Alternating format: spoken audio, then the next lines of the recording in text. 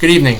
I am Captain William Drew from the Naugatuck Fire Department, and I come before you tonight to discuss the expansion of one of the missions of our department. You are all well aware that we respond to fires and extinguish them, which is a reactive response on our part. Our department is also proactive in the prevention of fires before they start, and one of the ways that we accomplish this is by going to our elementary schools every October and teaching the children, as well as the adults that are present during our presentations, fire prevention skills. It would not be an exaggeration to say that by performing fire prevention, ours is the only business in the world that is attempting to put itself out of business. Sadly, we have not been doing enough to take steps to prevent fires before they start. One of the ways that we can accomplish this is by implementing a community risk reduction program. The National Fire Protection Association in NFPA 1300 defines a community risk reduction program as a process to identify and prioritize local risks, followed by the integrated and strategic investment of resources to reduce their occurrence and impact. There is a 5-step process for creating a community risk reduction program, but I'm not here tonight to educate you on the basics of a community risk reduction program. Instead, I am here before you tonight to inform you that we, as a department, have created one of these programs that identifies a need within our community, and I'm here to ask for your support in the implementation of this program. We begin this process by collecting data, which included demographic data from the most recent U.S. Census, as well as the types and frequency of calls to which we responded during the last calendar year.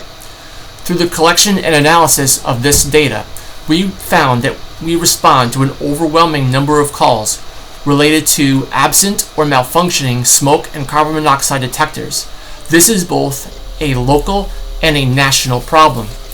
According to the NFPA, between 2012 and 2016, smoke detectors were present in 74% of homes and sounded in 53% of home fires that were reported to fire departments in the United States. In Naugatuck, missing or malfunctioning detectors accounted for 305 calls that our department responded to last year, or roughly 21% of the total call volume. This is a representation of the 305 calls of the over 1,400 calls that we responded to last year, and the breakdown of each of those malfunctioning or missing detector calls. While 21% might not seem like a large number, responding to these calls diverts personnel from responding to other, more serious incidents that may occur at the same time. In addition, responding to these calls increases the wear and tear on our apparatus, results in the potentially unnecessary burning of diesel fuel, and contributes to firefighter fatigue that negatively impacts their ability to effectively respond to other, more serious calls. It would be fair to say that these calls are costing the taxpayers of the borough tens of thousands of dollars per year.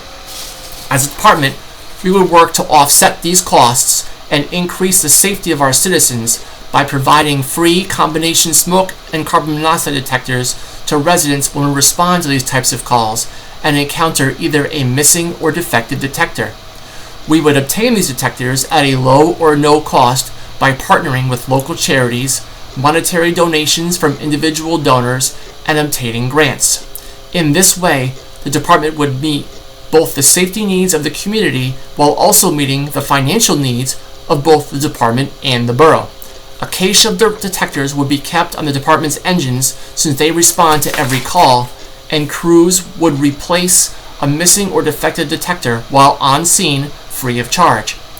In addition to providing a working detector, the officer on scene will educate the residents in the proper operation, testing frequency, and future replacement time frame of the detector. Providing these detectors is a win-win for both the department and the citizens of Naugatuck.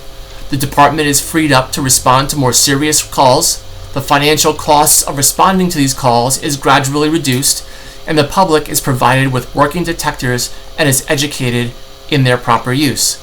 Thank you for your time tonight, and I look forward to your support in enhancing the safety of our residents through this risk reduction program.